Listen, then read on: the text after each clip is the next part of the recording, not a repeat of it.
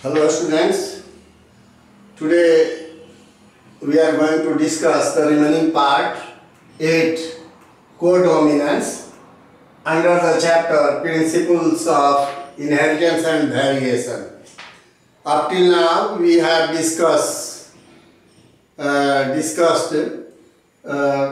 law of dominance as well as incomplete dominance, and this one is codominance and is also important for your exam purpose. The question is very simple: what is codominance and what will be the possible blood group of a child in this combination of genes, parent 1, parent 2, the father, mother, you may say. Here, what is the definition of codominance? Co means साथ साथ, सह अस्तित्व की भावना, एक साथ जीना. तो कहता है क्या है ये जीन के भाषा में? When two dominant alleles come together in F1 generation and both are equally expressed, it is called codominance.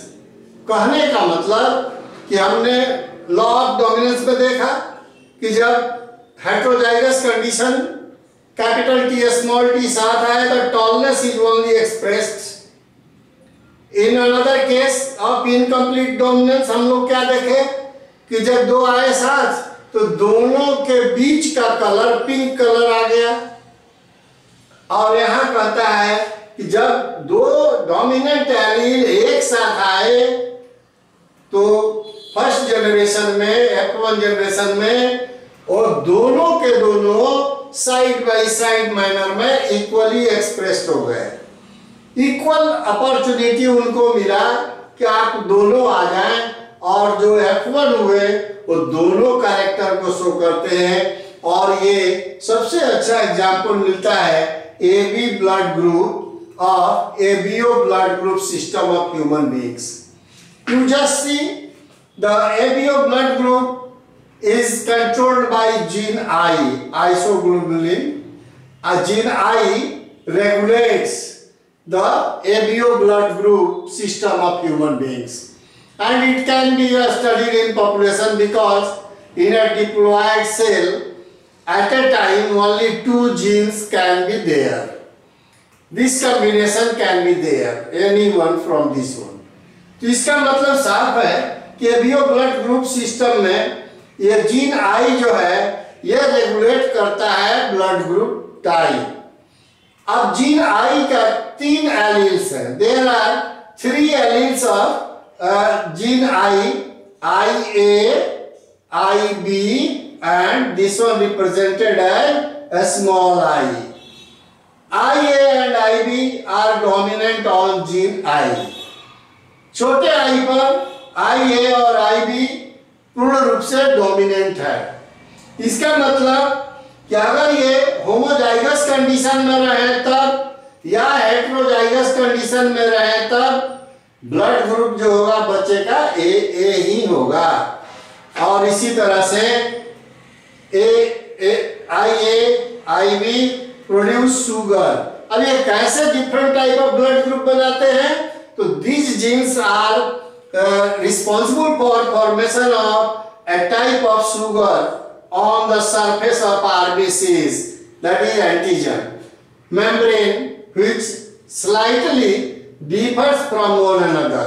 मतलब IA और IB दोनों के जो शुगर बनते हैं थोड़ा सा इनमें वेरिएशन है और इसी कारण से ये अलग ब्लड ग्रुप देते हैं A और B.